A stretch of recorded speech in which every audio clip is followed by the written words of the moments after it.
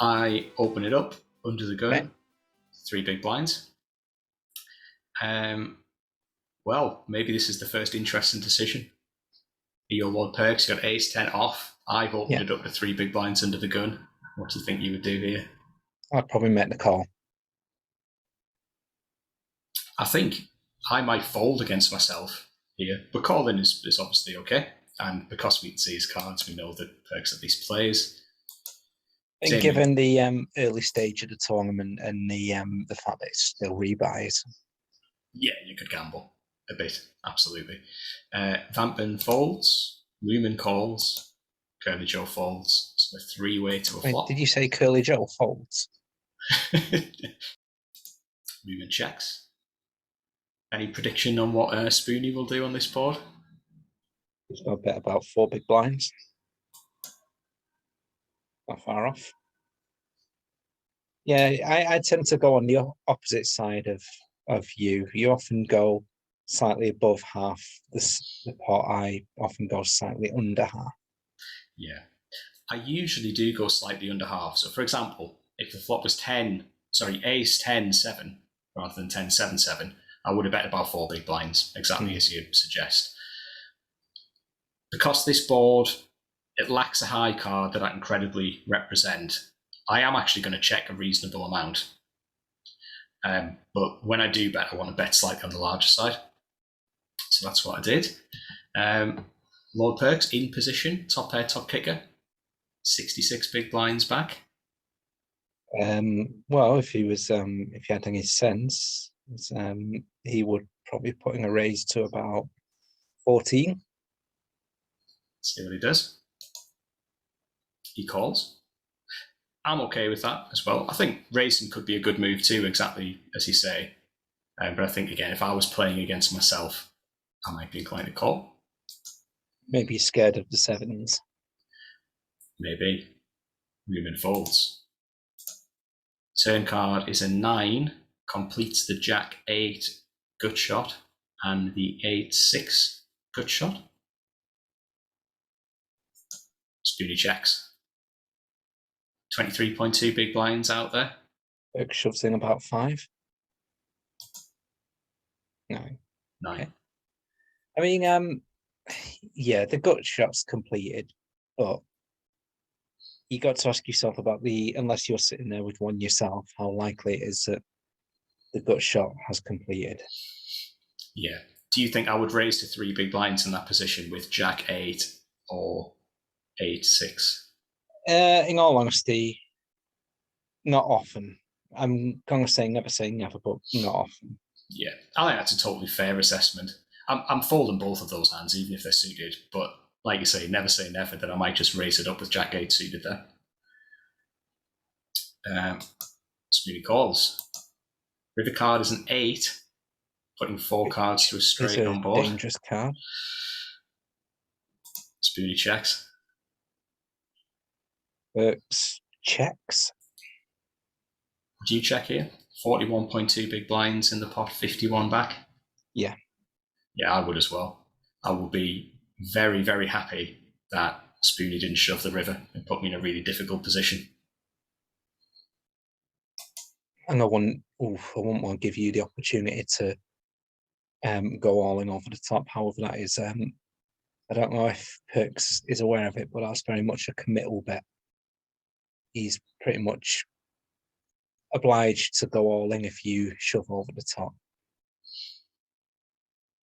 Yeah, I mean, you'd be getting very good pot odds. If there's any chance that I'm bluffing, and there is a chance that I'm bluffing. There is a chance. Then that makes that a very risky move.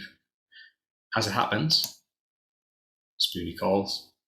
So I'm guessing that Spoonie has either a 7 or a shit end of the straight. Makes sense, because with the Jack, I would probably raise.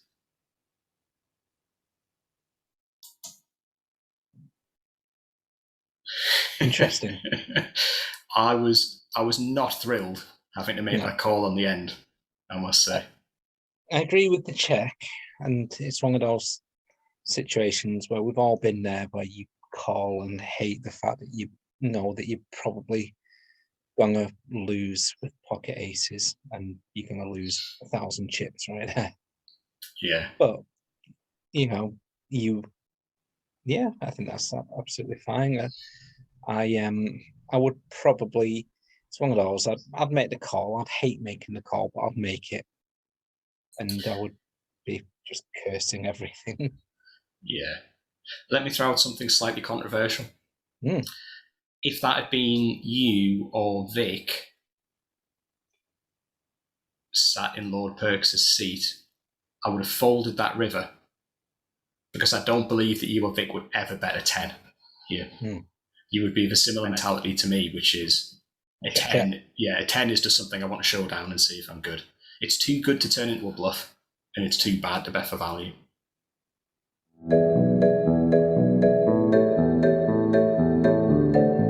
Hand number 2. Damon folds. Vic raises it up to 3 big blinds with ace-4 suited. Curly Joe calls, Jack 10 off. Spoony folds. And Perks flat calls. Don't like that. Go on, give me a pre-flop critique. Okay. I think Perks has got to try and protect himself a little bit more here because he's in a terrible position. And Ace King, I think he should. If he's got a good hand and he can bet it, but I think he should be a little bit more aggressive than that with Ace King, given that he is first to act after the flop. Yeah. 17 big blinds left to bet. What would you make it? It's hard to say. I mean, I might just consider shoving all in there. Because, if you bet, let's say, for instance, you could make it 6 and then you're pretty much pot committed right there. So I think once you make that raise, you're pretty much destined to go all in anyway. So I think I might just put the 4-play and do it. Lord Perks flops 2 pair. Probably, I would suggest, should go for a check raise all in here with 2 fairly aggressive opponents still behind. And it's interesting that you've also told me what Vic had in this situation. So let's see how this plays out. 2 pair. So Vic bets half pot, which she's going to do with a very wide range of hands here. I think, given her position as well, it's the right move to make. Yeah. Just on the strength of her own hand as well. I mean, to put Perks on Ace King there is it's virtually impossible. Curly Joe calls, and Lord Perks, you've got a shove here, right? You've Absolutely. set the trap. Absolutely. Your opponents have stepped into the trap, they're nibbling on the cheese. He's gone flat call, isn't he? Oh, he didn't either. He raised, but in such a way that he still had some chips back. For whatever reason. It's essentially an all-in, isn't it? Yeah. Okay. Vic calls. Curly Joe calls. Turn is in 9. No, no help for Joe. It's changes nothing for his hand. Yep. Perks shoves. Might as well. He's built quite a big pot here. Yep. Vic calls.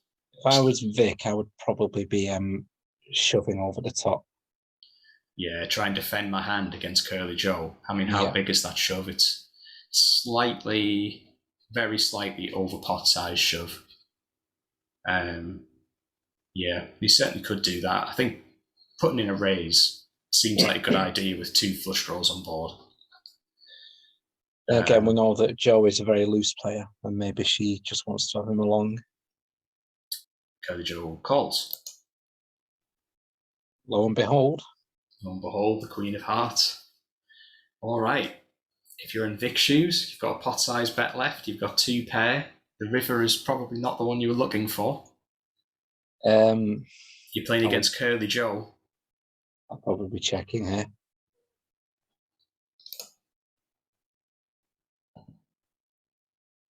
Vic checks. And Curly Joe? I'm guessing he's going to put in some sort of bet maybe, I don't know, somewhere between 20 to 30 big blinds. Yeah. I think if I was Curly Joe, I would definitely shove, but I would also be shoving with some things like busted diamonds here. Curly Joe more or less shoves. He actually leaves Vic with about 200 chips back. Yeah. And You just hit the pot button there. yeah, exactly. And I mean, can you call this? It's difficult. I mean, what you with big question for Vic is, I think at this time you try to talk yourself. You might even be trying to talk yourself into a fold rather than talking yourself into a call. You're sitting there with you're sitting there with aces up. All right, it's the worst end of it, but it's a fairly weak hand at the end of the day, given that there's a straight on board, there's a flush on board. What you got to ask is what Joe is sitting there with, that he's called with all along. He's not, he's been passive throughout the entire hand, which is often very much how Joe plays his poker, quite passively until the end. And then this happens, and you know, 62 big blinds is, what's that, about 4.5K? I'm just trying to count it. Yeah. Yes, I'll say it is. Big blind is 70. So yeah about 4.5. He could have ace of hearts, heart. I think that's the logical thing that he's representing, having played it that way. He could also have a better two pairs than you. I mean, ace nine or ace queen. Yeah. Yes. And he could also have a set. But at the end of the day, this is Joe. He could also have the Broadway straight, or he could also have Queen 4, which he's been known to play more than time to time. How often do you think it's a bluff? How often do you think Curly Joe's just got A and he's trying to take Vic off the pot? I mean, maybe we should say never, because Lord Perks is all in.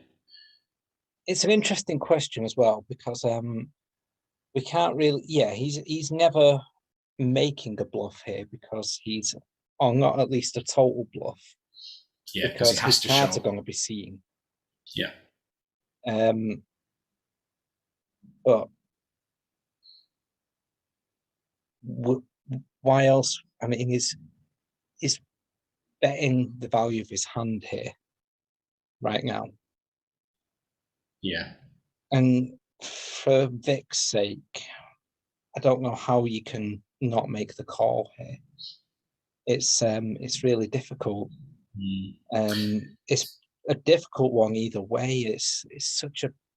This is one of the most puzzling ones I've seen. I mean, there are so many arguments in both directions, but it is still only ace 4 at the end of the day, with a pair of aces, pair of 4s. Yeah.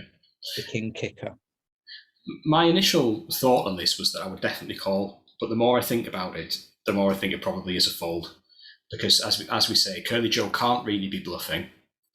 Yes, you're getting 2-1, but really you're only getting even money if you're losing the side pot to Perks as well. So you're really getting somewhere between even money and 2-1, depending on what Perks has got. And are you going to be good? Say 40% of the time, 38% I don't think of the you time. are. Oh, I don't know actually. I don't know. Maybe you are. I mean, if Curly Joe could have King Queen in play this way, then I think maybe it's a call. If he doesn't play King Queen this way, then you could also reason that Perks might also have been sitting there with 10 Jack. Yeah. Given that he played his hand quite passively as well until the flop and the turn, he got all in there. But pre-flop, he was quite passive. Postlock is quite passive. So it's hard. There are many arguments. I think I would call. I would hate it, but I would call. But what you've also got to factor in is how much of that side pot are you in for as well? Yeah. Well, And are you likely to take that side? agreed. I think that's a difficult question. Let's see what Vic does. She lays it down. Yeah, it's a bold fold. I haven't got a problem with it, given that we've just spent 5 minutes analysing the crap out of it and still can't make our minds up. Yeah. And Curly Joe takes down pretty hefty pot. And Perks goes, ah!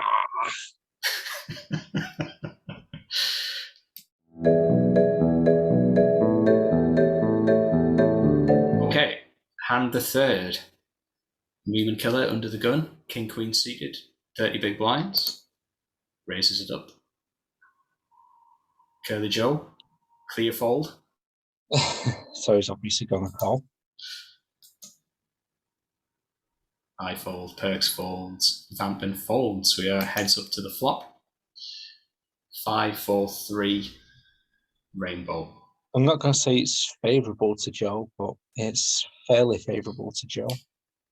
Yep, it's not a bad board for ace 3 off, is it? No, I mean, given that I'm playing against Vic here, the only thing I would be scared of right now if I was in Joe's shoes is a pair in her hand. Yeah, exactly. I think there's a good chance she might have 7s, 8s, something like that, but we'll see what happens. Big bet's half Standard. pot. Curly Joe calls. That's fine. Turn, Queen of Spades. 22 big blinds left. 14 big blinds in the pot. Yep. I think it's one of those where, again, you could factor in an all-in, because if let's say you bet, I don't know, 10 big blinds, that leaves you with 12 left into a pot of 34 going into the river based on Joe calling. So I think I might be tempted to just shove it in here. Yeah, maybe. You might want to consider an alternative strategy, which is that if you shove, you might get Curly Joe to fold some weaker hands that you beat. Whereas if you check or bet smaller, he might end up bluffing you at some point. So you're thinking check raise? You could check raise shove would be totally reasonable, but I don't know whether Curly Joe is aggressive enough on the turn to make that work. Possibly. Yeah. I might be inclined to bet about 6 or 7 and then check the river no matter what, hoping the Curly Joe will bluff. Let's see what Vic does. Bet 7.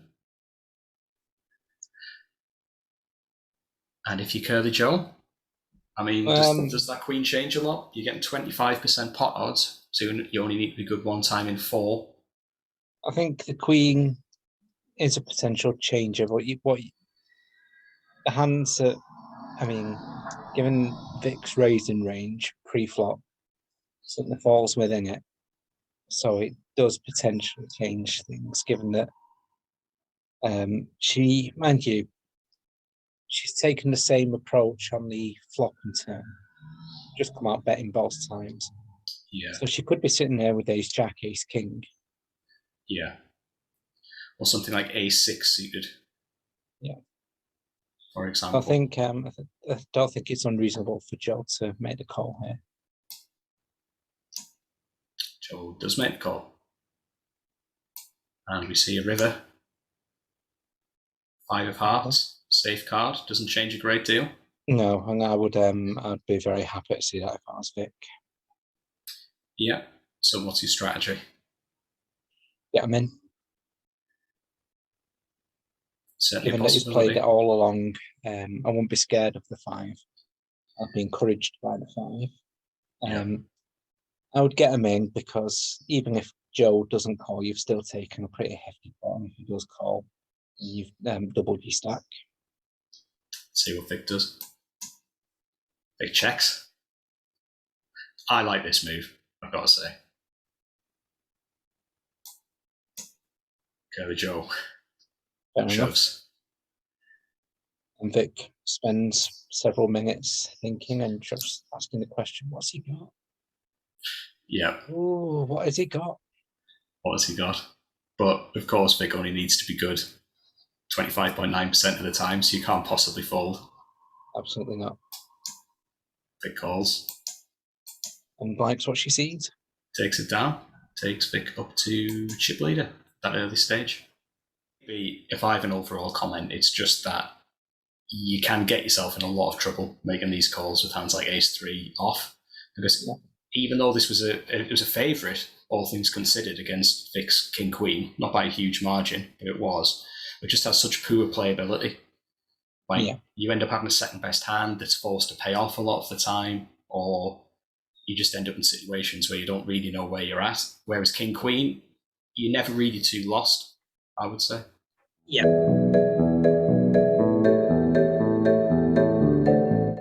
Hand 4. 2 folds. Curly Joe with the Jack of Hearts, 10 of Hearts. Limps in on the button.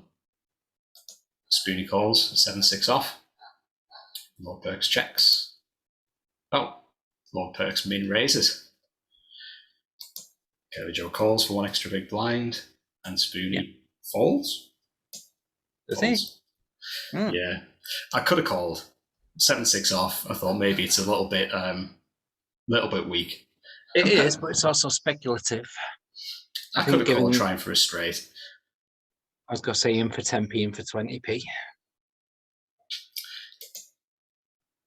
And I instantly regret it, because look at that flop. I would have had an up and down. Lord Perks bets 2 big blinds. Curly Joe, 4 cards to the flush, 4 cards to the straight. What do you do here? Jack 10 have hearts, did you say? Yep. There's an argument for anything apart from folding. Yeah. If the stack sizes were smaller, then I think shoving all in as a semi-bluff, where you really don't mind if you get called, would be quite a good move. Let's say Curly Joe only had 15 big blinds back. I think you could shove there. Yeah, but given the stack sizes right now, that one's off the table. And so, go ahead. You can call. Obviously, you're getting great pot odds to call. Yeah.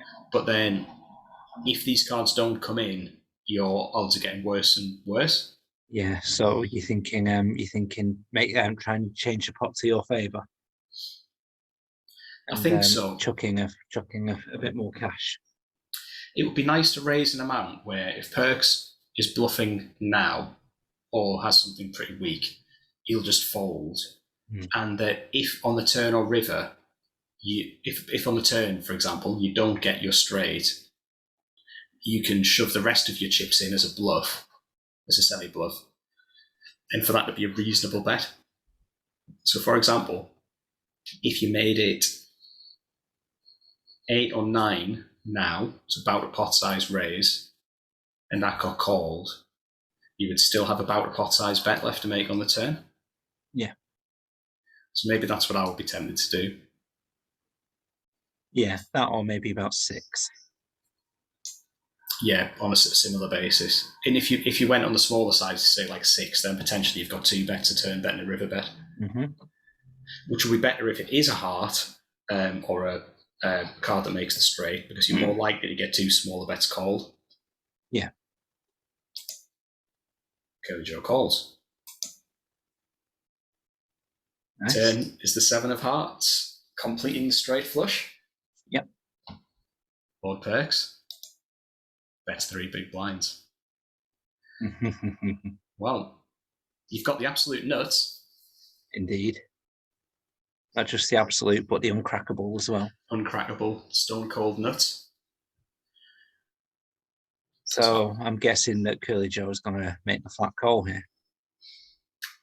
I can't remember what he actually does. I mean, I'm certain I would raise here. I'm not saying you have to put a huge raise in and push Lord Perks off the pot, but I think it's worth trying to build a pot. So even you could even go as small as like 7 big blinds if you want to be really cheesy about it. I'll just hit the raise button. Yeah. Flack alls. River is a queen. Ostensibly It's a straight. changing nothing. Completes a straight if he's sitting there with 10 jack. That Not likely. They came in on the turn as well, though. 10 jack. Oh, yeah. Perks bets 5 big blinds, but 32 big blinds left to bet. What do you think Perks could have? Could have ace 8. Could have ace 9. King 9. Yeah. I'm guessing most likely ace 8, ace 9. So Maybe, with that, I don't think he's got nines up. Nines full. So no. yeah. It seems unlikely, and if he does have 9s full, then all the chips are going in. I think he would have been a lot shrewder about it if he did have 9-9 or 8-9. Okay, so you want to try and get called by hands such as ace 8. Yeah. What size raise would you choose here? I would probably make it to 15. Yeah. I think when I first looked at this hand, my instincts were that probably it's a good idea to shove here, because if you do catch Lord Perks with a strong hand, like a straight or a flush or a full house, or a straight flush, or the bottom end of the straight flush, it is out there, then you'll definitely get paid off. But I do wonder whether, if, for example, Perks has a full house, if I've raised 15, as you suggest, Perks is going to go all in anyway, isn't he? Yeah. So going all in might get a bit of extra value against straights and flushes, possibly. But then it just depends on if you can put him on that full house. Yeah. I mean, he might also be sitting there with not too likely, but he might be sitting there with an ace high flush as well. Exactly. Okay, let's see what he does. Okay. Curly Practically Joe all in. Does his classic of just betting the pot. Yeah, exactly. Pot size bet. And we will never know what Lord Perks had here, because he thought better of it and folded. But I share your view that probably something like ace 8 or ace 9 was a likely holding. 2 folds. Curly Joe limps the button. Queen 10 off. Spoony calls. Perks checks. We see a flop ace high. 2 diamonds. Up and down for you. Up and down. Nothing. And more or less nothing. Yep. So, but more or less nothing for Joe, but that more or less nothing is in the lead. He can't possibly know that. Absolutely. So I checked. Perks checks. Curly Joe checks. Turn 8 of diamonds. Gives me third pair. Yep. Perks picks up bottom end of a good shot. Curly Joe picks up draw for Joe. The straight flush draw. I decide to check. I'm quite happy just to try and get this to a free showdown with an 8.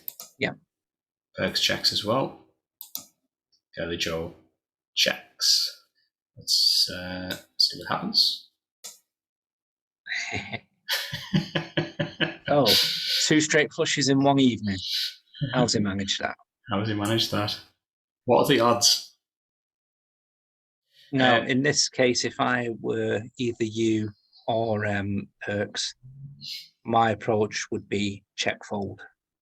I don't care that I'm sitting there with 2 pairs if I'm you. Yeah, I think so. The fact that it's 4 diamonds as well as 4 cards for the straight, I'm just never winning, really. And with an ace on board as well, you even if you do have 2 pairs, there's a good chance that, given Joe's range, he could be sitting there with ace 6. Agreed. I check. Lord Perks checks. I would be check folding if I was Perks as well. Yeah. I mean, for one big blind, I might make the call here. I folded for one big blind, partly because I've got Perks. I mean, not for you. I mean, if it was Perks, I'd probably make the call for one big blind. Yeah. You need to be good 17.9% of the time. Do you think Curly Joe is bluffing for one big blind enough to make that viable? No. And I think now that I think about it, I probably wouldn't even call for one big blind there. I think it's just the humiliation of putting down a straight for a single big blind. Yeah. But I would say if it is a mistake to call, it's only a very small mistake. Lord Perks does call. And Curly Gets Joe. the bad news. But the inevitable news at the same time, if I was in Perks' shoes there, I would never think that I'm winning that hand.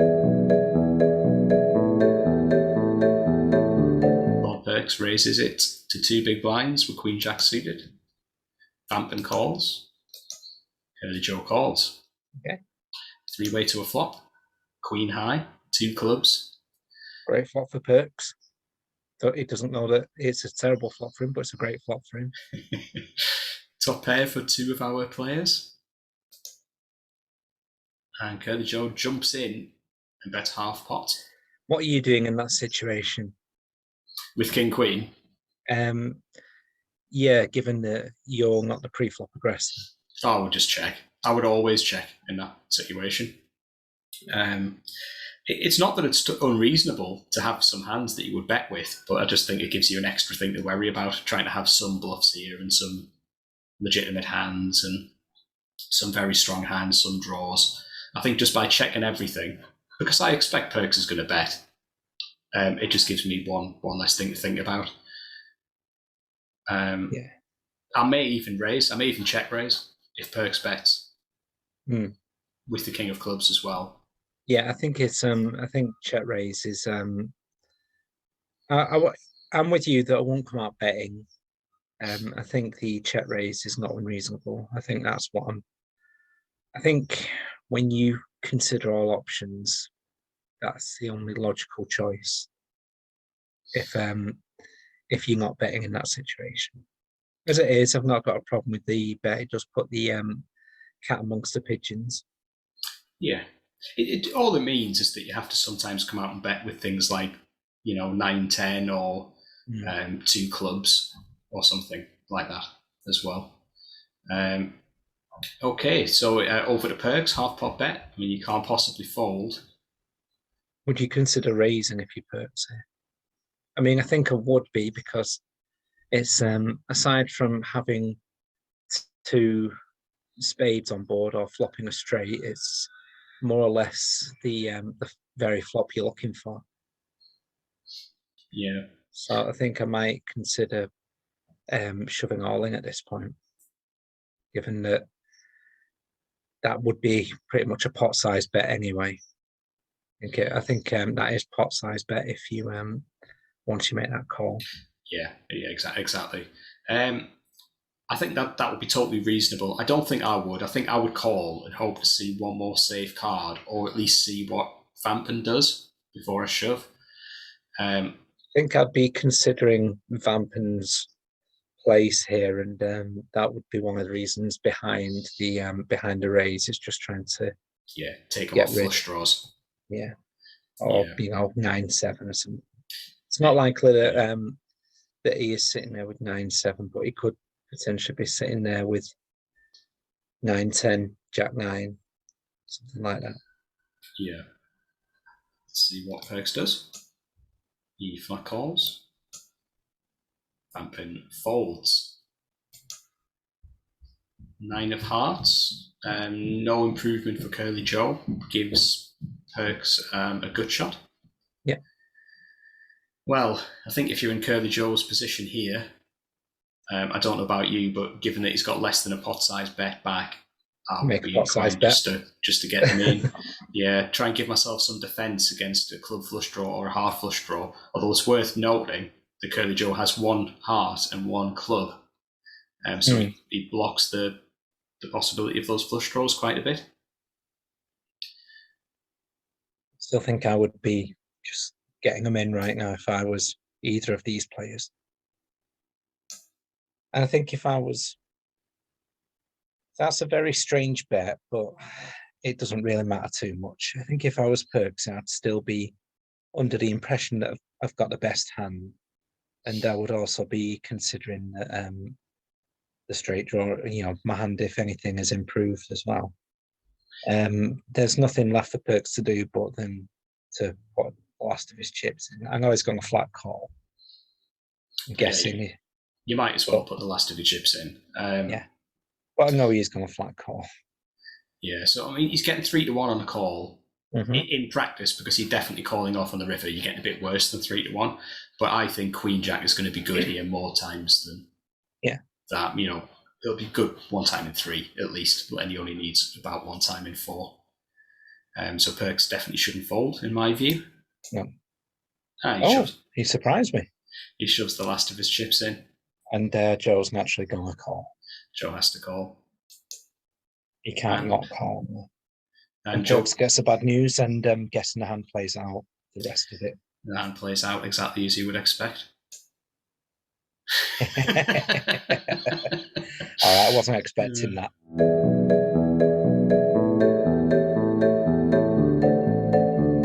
New hand 7. We are shortly after that hand where Perks made a recovery. Blinds 150, 300. And Perks has Queen Jack offsuit under the gun, 5-handed. It's good for him last time. Yeah, it's close with it being offsuit, but I think this is probably a raise given that we're only playing 5-handed. Perks indeed does raise. Pocket 5s, I think, could go either way, if I'm honest, but I would be inclined to call in Damien's position here. And Damien 3 bets. Yeah. I should clarify, when I said either way, I was thinking between calling and folding. Yeah. Rather than 3-betting. Moomin folds, Curly Joe folds, Spoonie folds, and Lord Given Perks. that Vampen's a tight player, it's I mean, from what I know of him, that's an interesting play. I mean, with pocket 5s, I feel is a very weak hand indeed. I can't think of a reason to make a raise there because with that sort of bet, you're never getting rid of anyone. All you're doing is building a pot, and that's reasonable. But given that in order to win a hand with pocket 5s, you're likely going to have to hit a set. To win a big pot, you're going to have to hit a set. You're going to have to hit a set in most circumstances. Yeah, I think maybe it's a bit similar to what I was saying about Curly Joe earlier when he called with the ace-3 off. It's not like that objectively is a bad hand. Like these 5s, objectively, pretty good. I mean, they're a small favourite over the Queen Jack, but its playability, those times you don't hit 5, its playability is so weak, you never really know where you're at in the hand. So maybe Damien's rationale is, well, actually by 3-betting, I give myself 2 ways to win the pot. Maybe I can pick it up pre-flop or with a C-bet on the flop. I think if you go that way, though, maybe this bet is just a bit too small because there's no way Perks can have a fold for this 2 big blinds here, I would say. So Perks does call, and we see an exciting flop, totally vindicating everything. Indeed. So Lord Perks, you flop top pair, but you no longer have the pre-flop betting lead. I would check. Let's see if Perks does check. He shoves for 2.5 times the size of the pot. Well, that's put the cat amongst the pigeons. And obviously, Damien's just going to make the flat call. Well, the call right there.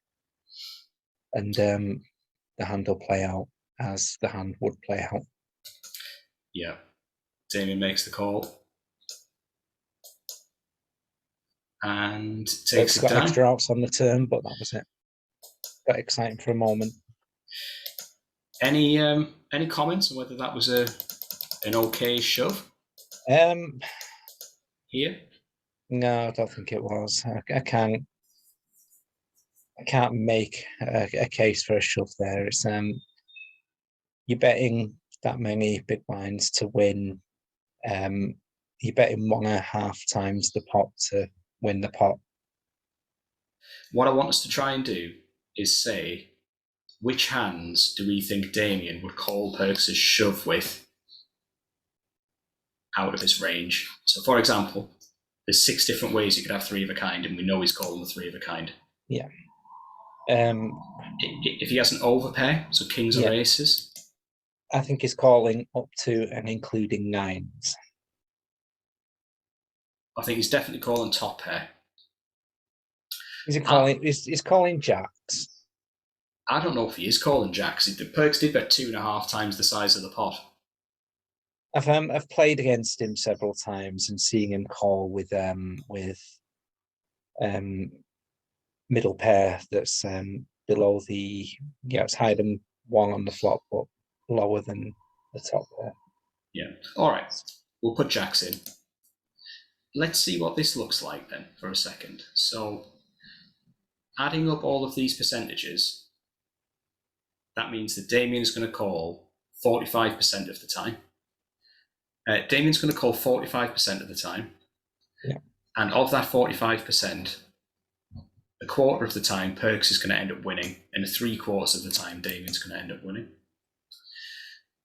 55% of the time, Damien folds.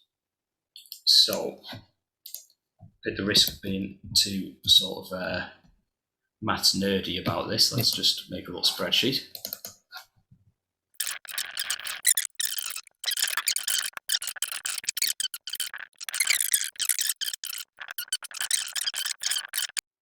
It's plus 1.11 big blinds.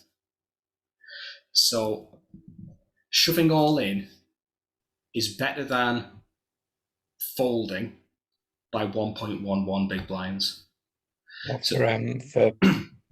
For whom? Sorry, for Perks. Yeah, he's better off shoving than he is just giving up. But I would argue that other players, like making a small bet or just trying to check it down, would yield a better outcome than winning 1.11 big blinds on average.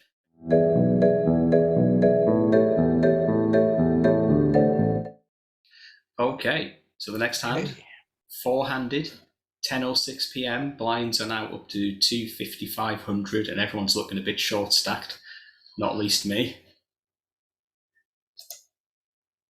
Vic raises it up under the gun. Cards unknown. Curly Joe calls. Vampin calls. We get a king high flop, giving top pair to Vampin, middle pair to Curly Joe. Vampin. What was the raise again? It was 2.3 big blinds. Pre, so a little bit above min raise. I think that's standard raise for Vic in the late stage of the tournament. Vampin bets half pot with his top pair, rag kicker. Reuben folds. Joe's gonna make the call. Yeah, I think you have to here. I don't know what Damien's range is to come out and start betting here, but I wouldn't be giving up middle pair for a half pot bet.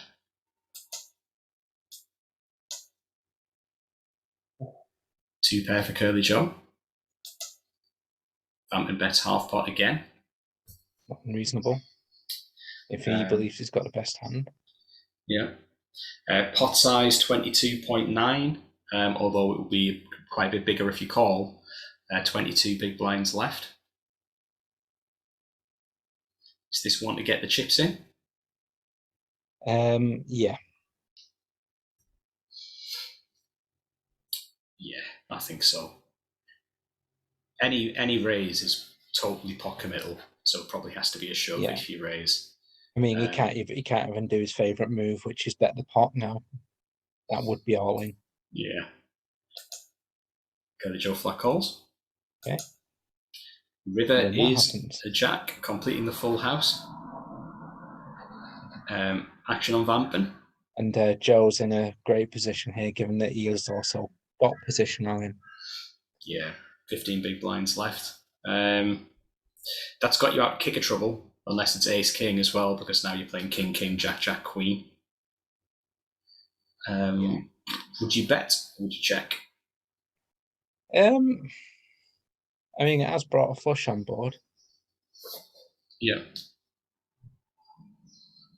I think it's hard to say. There's an argument for checking. There's an argument for betting.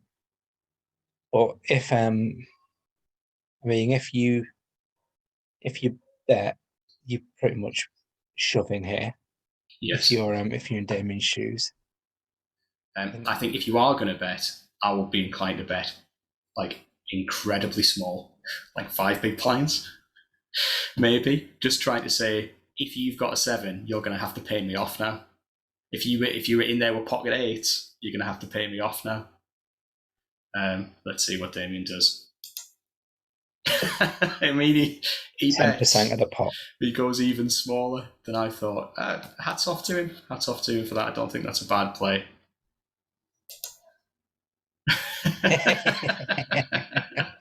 It begins. I think Damien's got one option here, and that's to call. Yeah. Do you think Curly Joe figured out that Damien must have a king, and he was worried that if he put the additional 9 big blinds in, he might fold, and this was a good way to try and get some value? No, I think all he's doing is just he's picked an amount where he feels that no matter what Damien's got, he's getting paid off. Yeah. And if Damien does have a flush or something, he might just shove anyway. Yeah. He probably wouldn't, but he might. So as you say, Damien has to pay that off. Yeah. And he gets the bad news. Puts Curly Joe into a commanding position.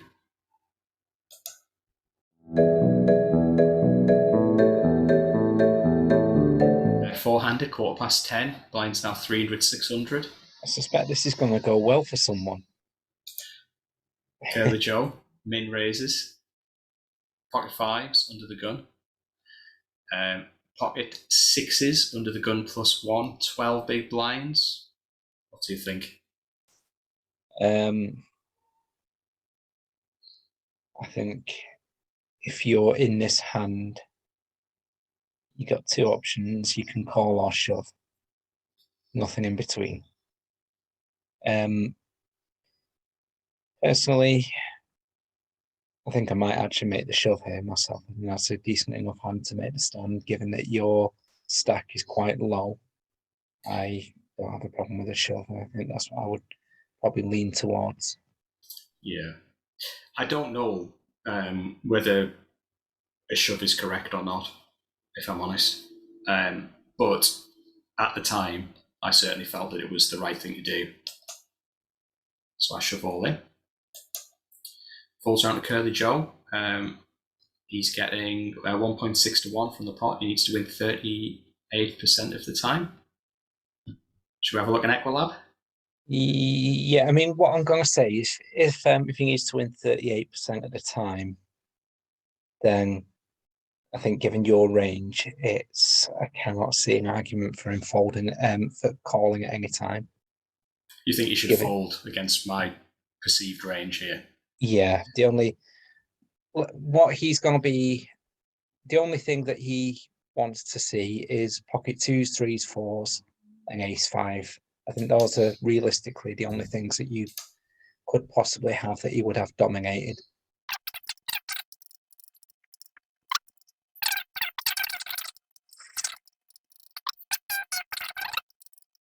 Okay, so let's say that I'm going to 3-bet shove here with some mix of hands, including some bluffs that I'm likely to have outs and all my very strong hands. Yeah. And Curly Joe has 5-5. You require 38.6% equity. Do you think he's getting it? No.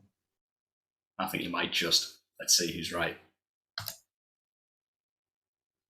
42.8% equity. Yeah. So let's say I played a little bit tighter than that and take some of these sort of more bluffy type hands out. I don't think you're shoving with anything less than what you're shoving with now. I think you're on the very edge of your shoving range right here with pocket sixes. Possibly. I mean, okay, let's take these out as well. So this would be like a tighter version of my shoving range. And against that, he's getting 38.8, so he's pretty much bang on his pot odds. So I wasn't sure whether this was a good call or not. I think if I was playing against me, I probably would have folded. But Curly Joe does call, and I think looking at the Equilab analysis, that's probably the correct play. So he calls. I'm 81.3% to win. Gotta love those odds, right? Oh my god.